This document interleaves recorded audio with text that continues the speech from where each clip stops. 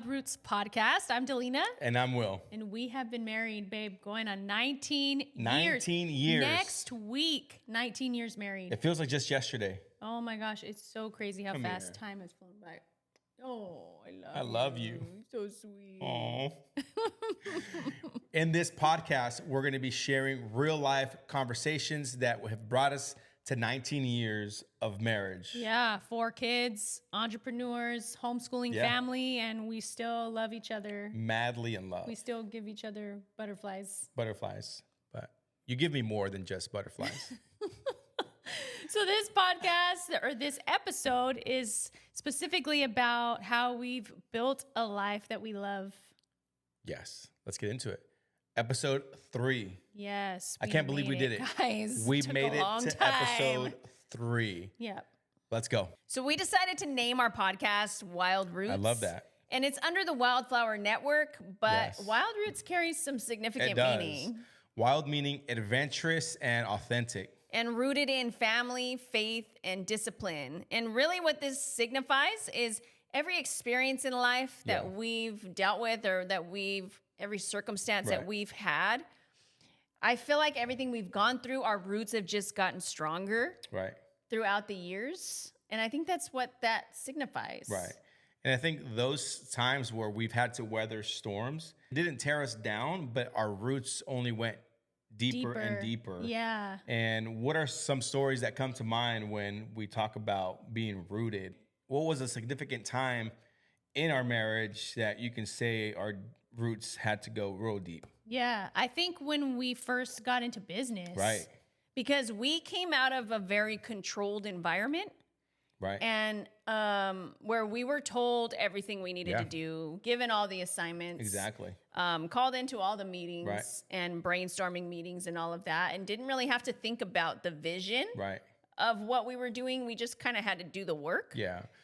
But they were more of just like instruction, right? So when you're given an assignment or you're being told what to do, it just becomes like mundane and automatic when you have a boss and them giving you instructions. So we were never really thinking for ourselves or even allowed to really think for ourselves outside of the box. It was more of just like project-based responsibilities that we were given in working in ministry. Yeah. And really coming out of working in the church, we had to think for ourselves. Yeah, and we had to really look at each other and really believe that we were more than capable to build something from the ground up that had never been done before without any business experience. Like we were literally our own guinea pig. Yeah, we had to be. And starting a business, it seems glamorous, seems fun, but you've really got to have a lot of self-control and self-discipline because nobody is lording over your schedule. Yeah. You're not being told when to take a lunch break. You're not on a set salary. No. Right? You don't know if the money's going to come in that month. Exactly. So being able to weather those storms and really trust each other and trust God in the center of all of that, all of the decision making. Right. Also, I think another level was when we had to hire people. Yeah. And had to trust ourselves with the people we were hiring. In that, we kind of felt like our roots continued to get stronger and stronger because we started to really believe in ourselves. And I think that was the first thing. Yeah. Okay, we need to believe. We look at these babies that we have to raise and provide for. Exactly. And now it's not a job that's like providing that for us. It's us. Every decision we make is going to determine our livelihood and whether we can provide or not for our babies. I think early on we had a strong foundation. Yeah. And if it wasn't for us being rooted in our faith, in our belief in God, there's no way we would have been able to step into entrepreneurship and us really being trusted with people.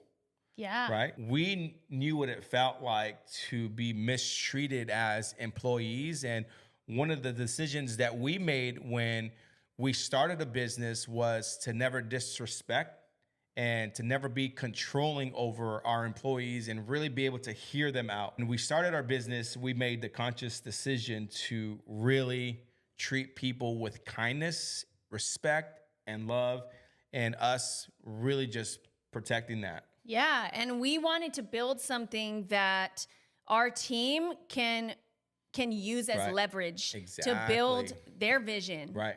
Because at the end of the day, they had a dream as well. They had a vision as well. Exactly. I love and that. we weren't going to be the ones to keep them from being able to pursue that.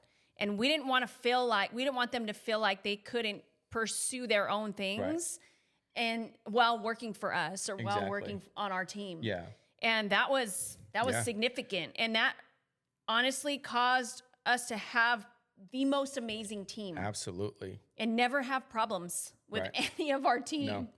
And that was one of the things that set us apart. And I always say attributed to our success in business was whenever we onboarded a fitness instructor, right off the bat, I told them, you can use our platform to grow your business.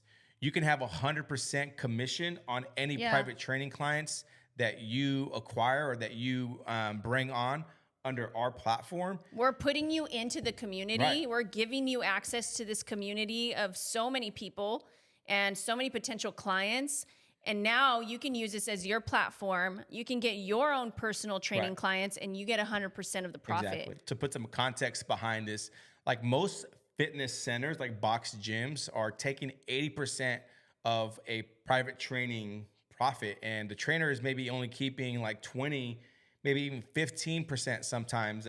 So we wanted to create a business that really helped just launch other trainers into their careers so that they can expand. And I've always had people ask me, like, aren't you afraid that your trainers are just going to go off and do their own thing? Do what you're doing? And do what you're doing? I said, absolutely not.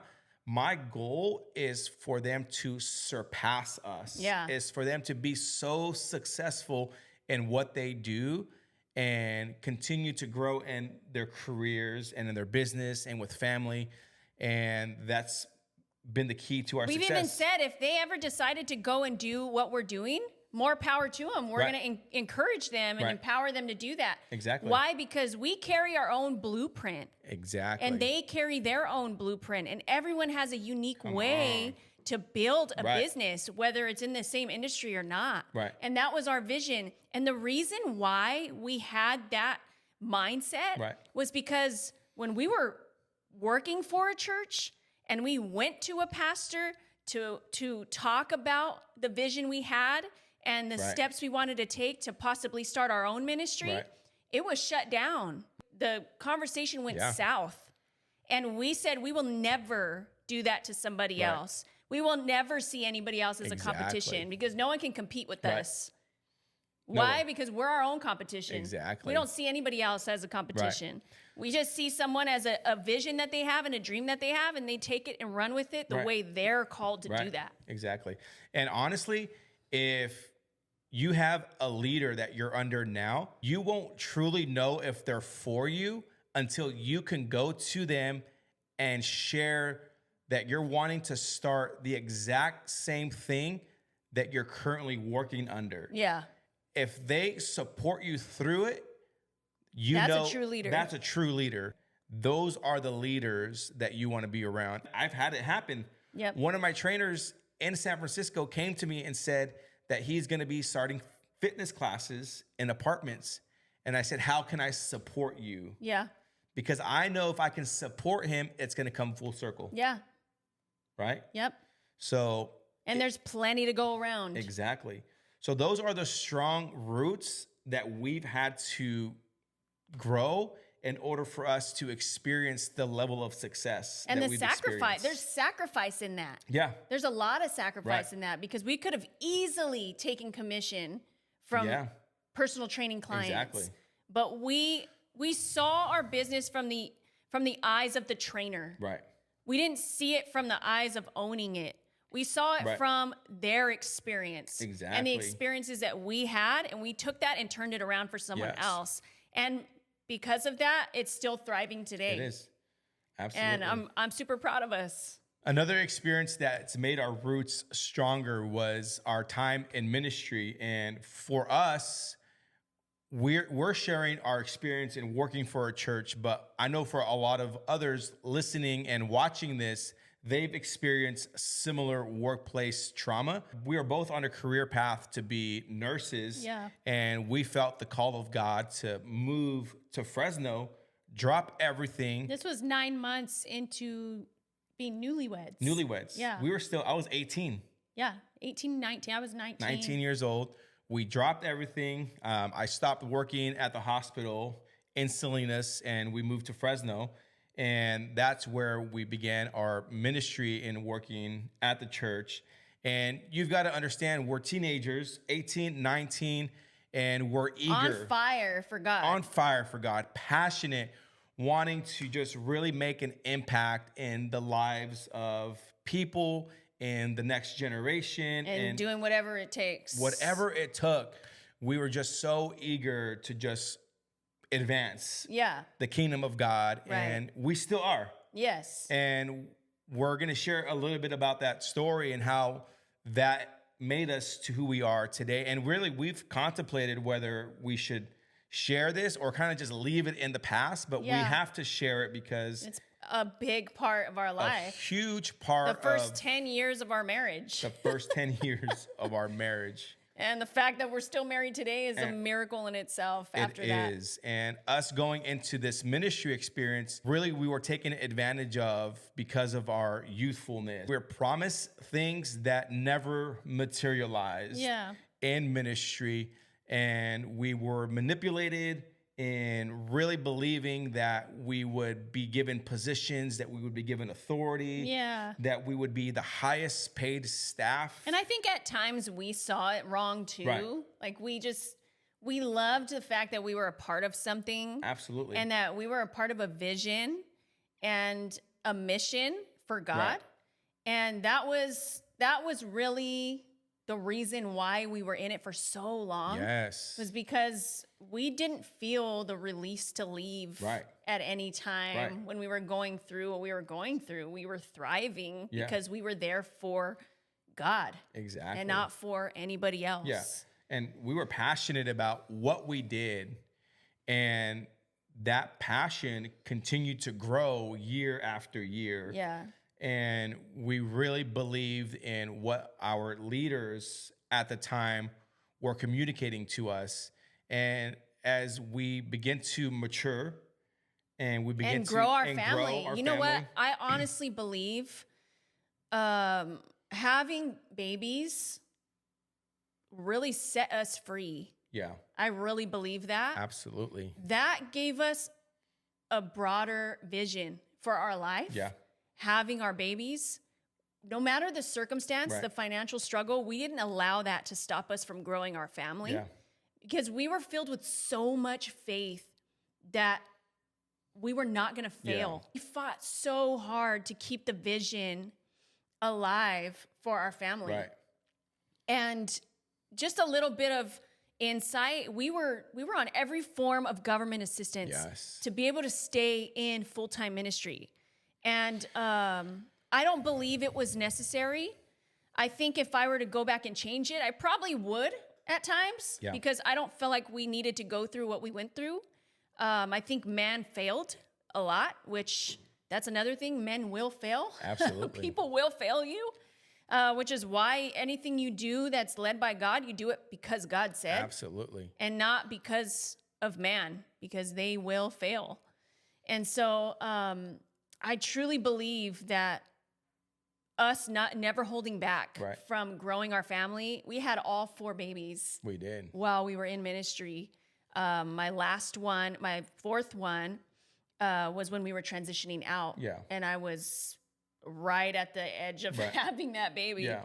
And that's a whole story in itself. Right. But just the experiences, I don't think were necessary. Yeah. And we're not of God. And we're not biblical.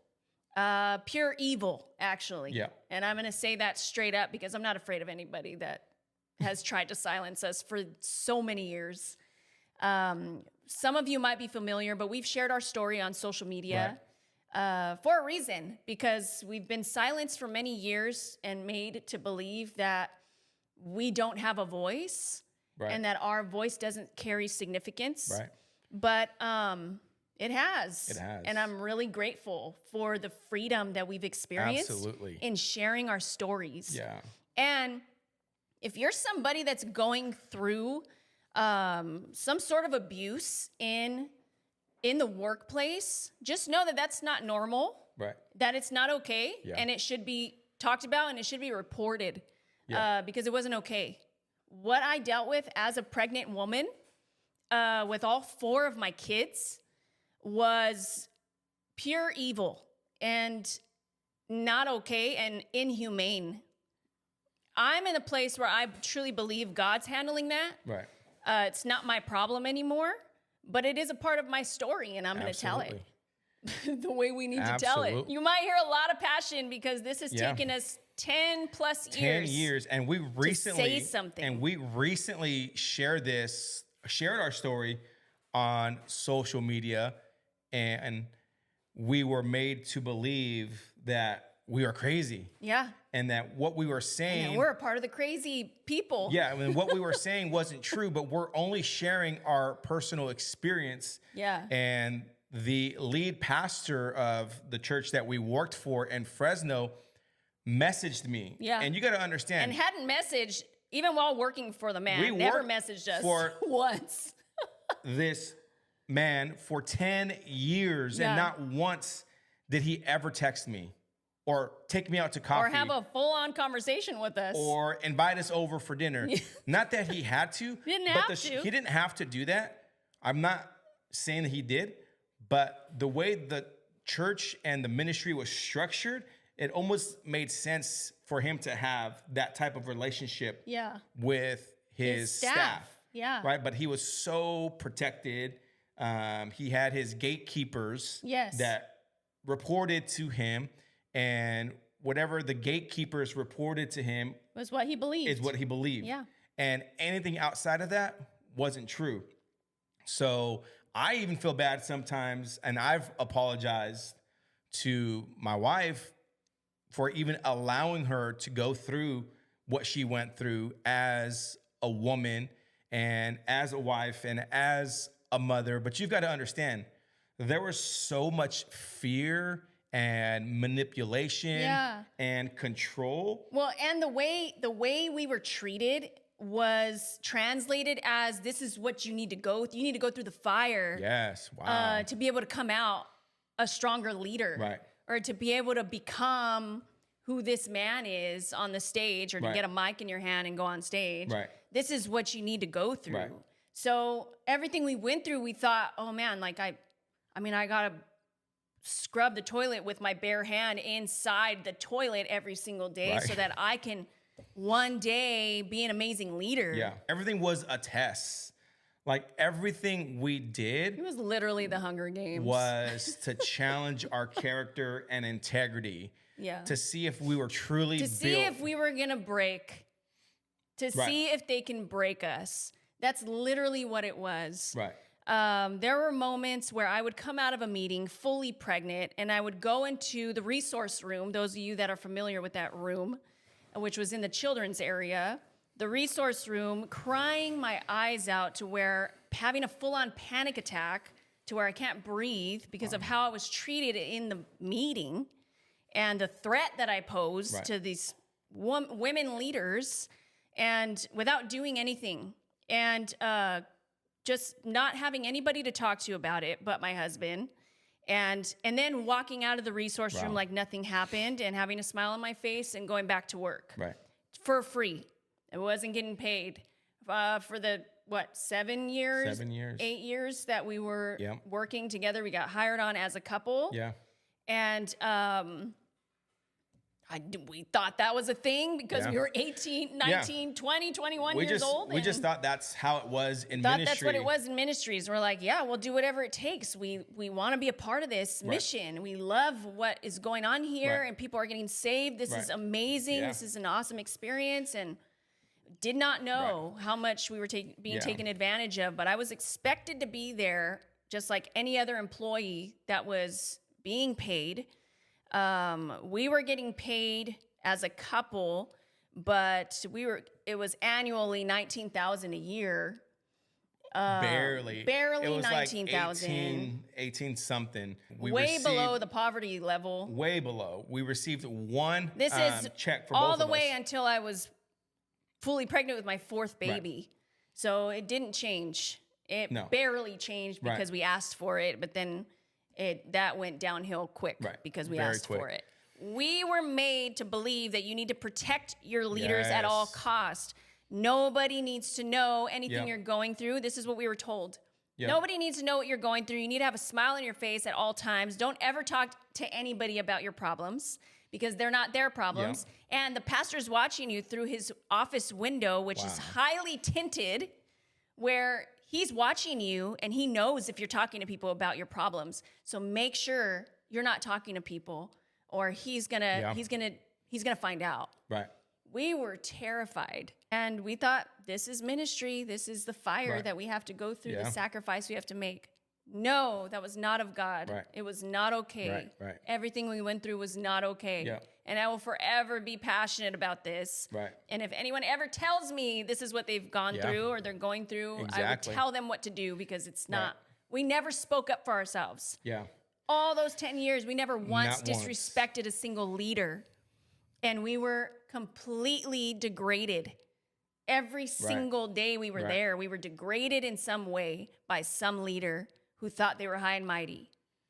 That, I'm telling you, that could have broke us or strengthened our roots. Our roots are pretty ripped right now. Our roots have veins popping out of them. They do. We can weather any storm. Our roots are so deep that whatever is thrown at us, it will not shake us. It will not move us because of what we've gone through. The people that we trusted most, the people that we thought that we could go to for support, for just counsel, for prayer, 100% betrayed us, turned their backs on an entire generation of leaders who were on fire for just really growing the ministry. And it seems to be a common thread of every decade, there's a new cycle of youth that is controlled and manipulated by the ministry. There were about 30 of us that were fresh. And we were all the same ages, and we were the only ones that were married at the time. We began to question things, and the leadership didn't like us to ask questions. No. If you asked questions, you were a threat. You were a threat. You were not submitted to authority. You were pretty much blacklisted. You were an enemy. You were an enemy if you questioned anything. If you questioned their kids, if you questioned the gatekeepers, if you questioned anybody. Your pay, if you questioned your pay. Question your pay. I questioned the pay. And I was fired. When I was pregnant with the fourth. Exactly. That's how long we waited to question the pay. Yeah. But we're on every form of government assistance, food stamps, Medi-Cal, WIC, going in and out of the WIC lines and having to go back and to get the right amount, right gallon of milk, the right bread. One of the most embarrassing things that I've ever had to endure was standing in line with these WIC vouchers, and I didn't pick up the right ounce of cranberry juice or the right ounce of bread, and I'm having to stand in line while the cashier runs and gets the correct ounce of bread. And we thought that was part of ministry. Yeah. We're being strengthened. I got to endure this. And his way of protecting me was, I'm not going to allow you to go through that. Right. Like, you're not going to go through the WIC process because it was awful. Yeah, standing in the Fresno County office, having to apply. And then people know you from church and don't put two and two together. We were alone in what we were going through, completely alone. The only people that knew were my parents and my in-laws. That was it. That's how much control and manipulation they had over us, to the point where they would say, when you go home for the holidays, don't talk to your family about what you're going through. Preparing us, Don't talk to your family because they won't understand the mission. They won't understand the sacrifice, the call of God on your guys' life. And we never spoke to family. We never said anything negative. We hid it all for the 10 years that we worked for the church. And recently, when we shared our story On Facebook, it was like it happened yesterday. We shared our story. Opened up the wounds and it opened up the wounds again. And we were met with the same level of control and manipulation. The amount of messages that I received to silence us was I could not believe the amount of control. To the point where a staff member that worked alongside us actually told me, oh, there's a reason why they wanted to separate you and your husband, was because you needed growth. None of that is of God. None of that is okay. I would be breastfeeding my babies in the nursery, and my husband would be getting yelled at, asking where I'm at. Right. Where's because Delina? I need to be out there working. Yeah. And he would protect me. He would be that barrier of protection of like, oh, she'll be there soon. She'll be there in a little bit. Amount of panic and stress and anxiety that I dealt with each of my pregnancies was horrible. Yeah. Horrible. Right. While on the job that I'm not getting paid for. Yeah. Yeah. Just insane. Yeah. And you know what? We never stooped down to the level of the life we had to live, of us being on every form of government assistance. No one ever knew. No. No one ever knew. Being yelled at in a closet and having to go right back outside where there's a lobby, hundreds and thousands of people, and we've got to put a smile on our face because never let them see you sweat. And those were the mantras and the words that we had to live by because we were enduring the pain to be used and called by God. And you might say, well, you chose to do that. Yeah. Yes, you knew what you were signing up for. You knew what you were signing up for.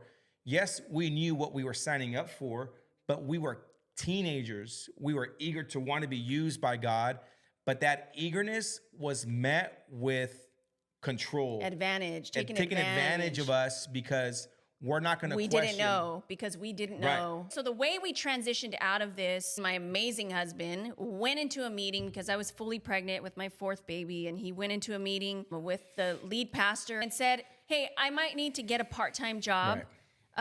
I love what I'm doing here, but I got to get a part-time job to just have more finances for my family. So he's thinking they're going to be like, oh man, do what you got to do, you know? Like, hey, that's amazing that you're willing to do that. Right. No, that wasn't... Not at all. That wasn't the case. That was not the case. It was like fighting tooth and nail to just try to bring his point across. And all of a sudden, we became a target and we became a threat and pretty much fired because of it. Right. But before being fired, we got a little bit of a raise. What, $3 raise? Maybe $2. Like $2 raise. And from $6.50. And we were without a vehicle at the time. And so I think we actually had to sell our vehicle to be able to make ends meet. We did. And our family was growing. So we were without a vehicle, getting rides with 3 babies, getting rides in separate cars to get to work.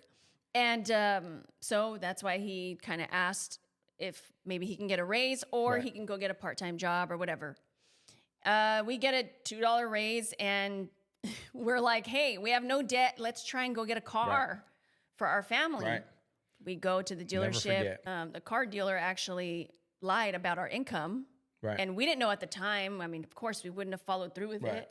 But they lied about our income, and we got approved, and we were shocked. Right. We got approved for this $200 payment. It was a Dodge Journey or something like that. Yeah. So we show up to work the next day with our car, and we're terrified to show up to work with a new car. But we needed a car. Right. But we're terrified of what everybody's opinion is going to be. Because at the same time of getting this $2 raise, we were told no one can know. No one on staff can know that you got this raise. Yep. So we show up with a new car, and all of a sudden one of the staff members goes crying to someone in the church saying we got a raise, and then that person went and spread all these rumors, and then we got in trouble. For the rumor going around that Willie and Delina got a raise. Only ones on staff that are married and have kids. Oh, man. The only ones brave enough to ask 10 years later. Yeah. So then we show up with our car, and guess who shows up? Walking up to our car, the lead pastor shows up, and he never talks to us. Nope. we're peasants. He don't talk to us. He just says hi and bye. That's it. And waves while we clean windows. Waves while we clean his windows. No, we made his coffee though. Oh yeah, coffee. We would have to make his coffee, and then specific bananas. And he had to have green bananas, and make sure they're not too soft. Crunch. Wow. So, sorry, this is a little bit of a venting session. No, how are those bananas? The fact that we're getting through this without crying shows how much we've come through and how much freedom we've experienced. Absolutely. So he comes up to us, and right away we're terrified of this little man. And he comes up and he's like, "Oh, you got a new car." And we're getting the kids out of the car, and I'm like, "God, you gotta be kidding me right now." And he's like, you got to make sure that you're being a good steward of your money. You got to make sure that you're managing your money well. And then he walked away. Yeah. And he looked at me and he was like, "I'm taking the car back." Yeah. I was like, "What?" Yeah. Yeah. And he was like, "I'm taking the car back." And so we only got to enjoy that car for half a day. The moment we get out of work with all our babies, he drops us off at home and he's like, "I'll be back." And I'm like, in tears, man. So much guilt was placed on me. So much guilt for having to provide for our family. Having a new car. And he did. My amazing husband took that car. His reason for giving it back was, "Hey, you guys lied about our income, and we can't take this car." Yeah. And they took it back. Yeah. And he ran home. They looked at me like, he took his Camel back. We've never seen this happen before. With his water, and this dealership was not close to where we lived. No. He ran miles home, and guess what? None of the staff ever knew. And no one ever asked, "Where's your car?" No one ever asked. Never heard. Day. And the pastor never approached us again. He was happy to see us come back with a used, beat up car. Yeah. That my mother was gracious enough to bless us with. Yeah. When then she in return had to go get a new car herself. Yeah. So that we can have her old car. Right. So. Never knew. They never knew that that's what it took. But we kept that to ourselves. And what did we do? Show up with a smile on our face. Yeah. Never let them see you sweat. Never let them see you sweat. But these are our roots. These are our roots continuing These are our to go roots deep. Continuing to go deeper, because it wasn't about the dang car. No. It wasn't about the car. Never. It wasn't about the raise. It wasn't. It was about our loyalty to a man's vision and taking ownership when this man never knew that we were the ones to constantly lock up buildings and make sure they were locked like it was our home. Yeah, we turned off every light. AC lights, because we wanted to make sure that they weren't wasting money. We cared so much about this man's vision. And that's amazing too, because we knew that one day we're going to be locking up our own building's doors. Yeah. That one day we're going to have someone on our team that's going to be locking up for us. Absolutely. And we needed to make sure that regardless of what we were going through or how we were being treated, we're going to treat this man's dream and vision like it's our own. Absolutely. And we're not going to see the flaws. We're not going to see the failure. We're not going to see the manipulation and the fear tactics. We're going to see this as, this is where God has us. Yep. This is the purpose we have right now. Right. This is the season we're in. Yeah. And we're going to make the best of it. And we did. Yeah, we did. And our kids never felt it. And we genuinely thought, like, if you ask yourself, like, how were you able to stay there for so long and endure everything that you guys went through?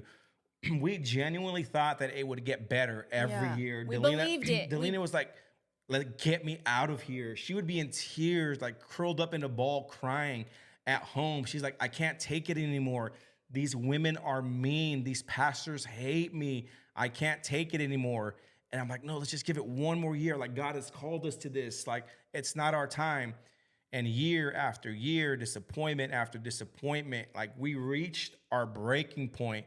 And that's when things just begin to just go. But I honestly believe it was God's favor and God's protection at the time that we left. Yeah. Because after we left, things just continued to get worse.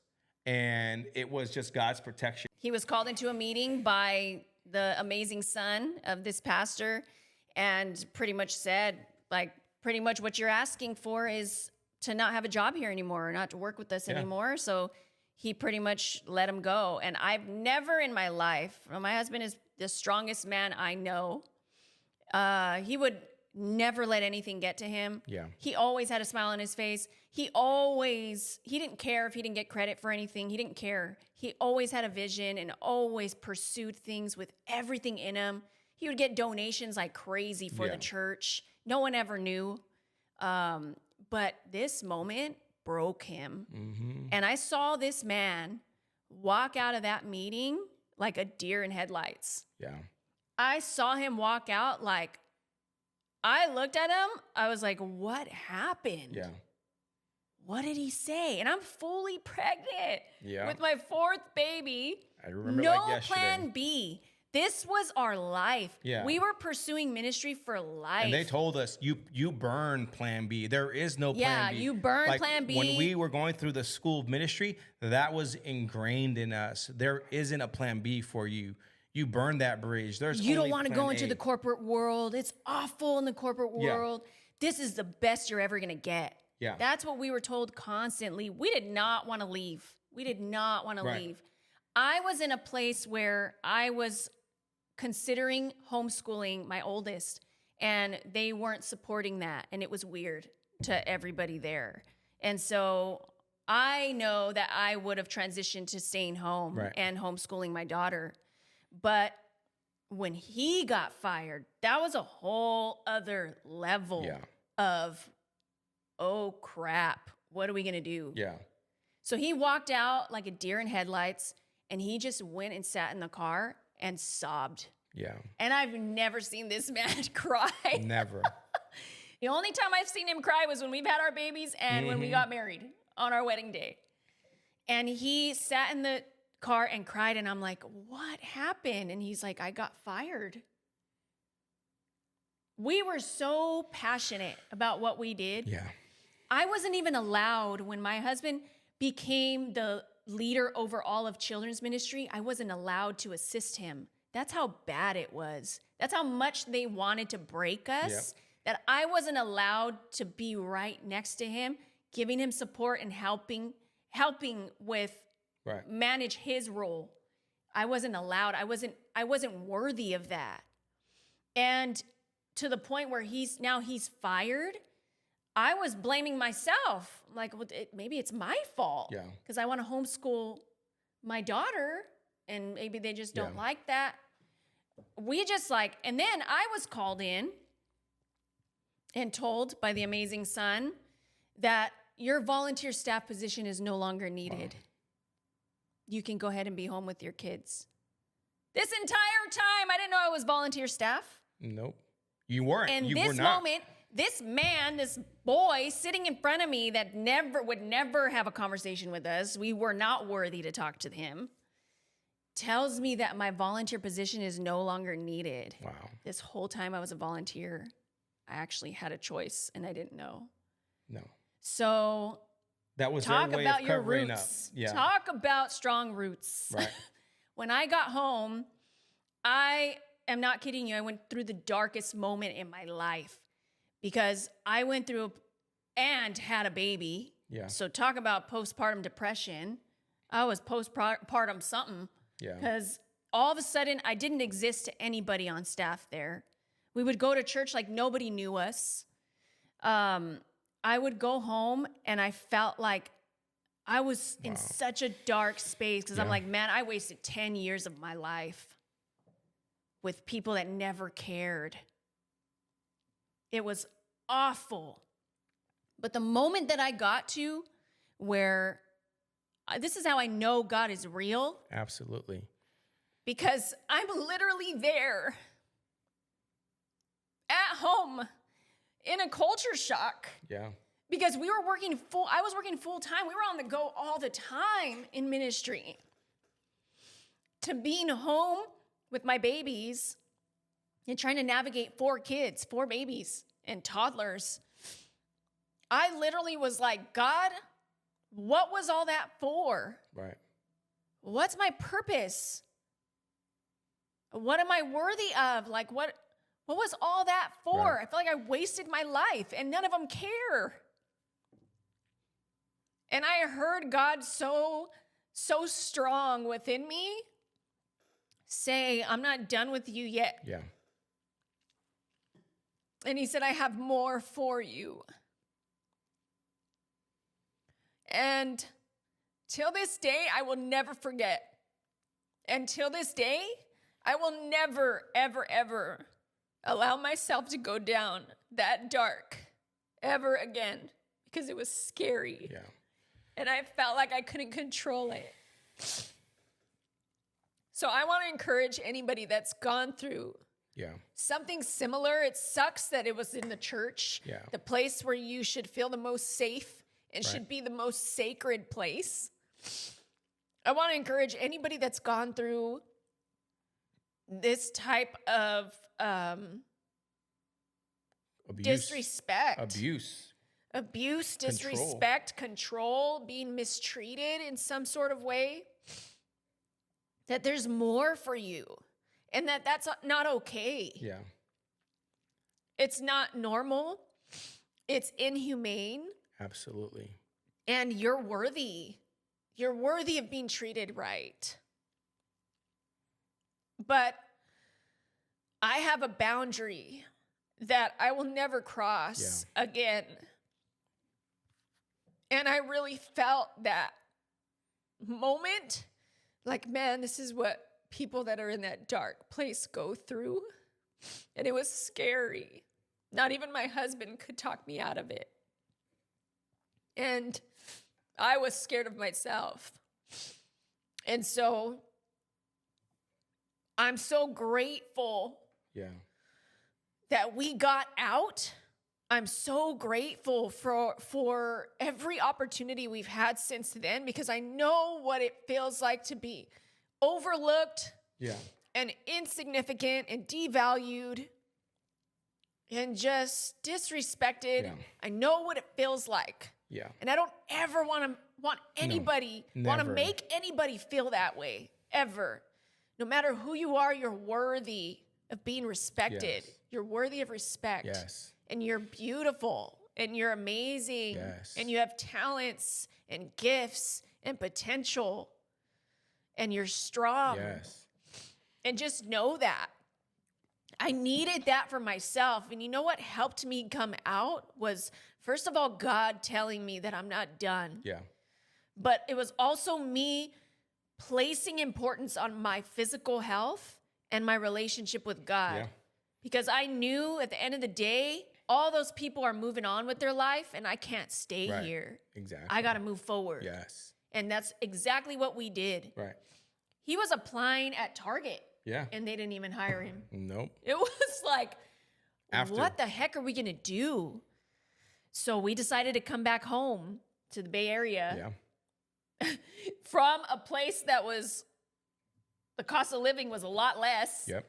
To a place where it seemed impossible to live. Right. And you know what? We made it. We did it. And I'm freaking proud. Absolutely.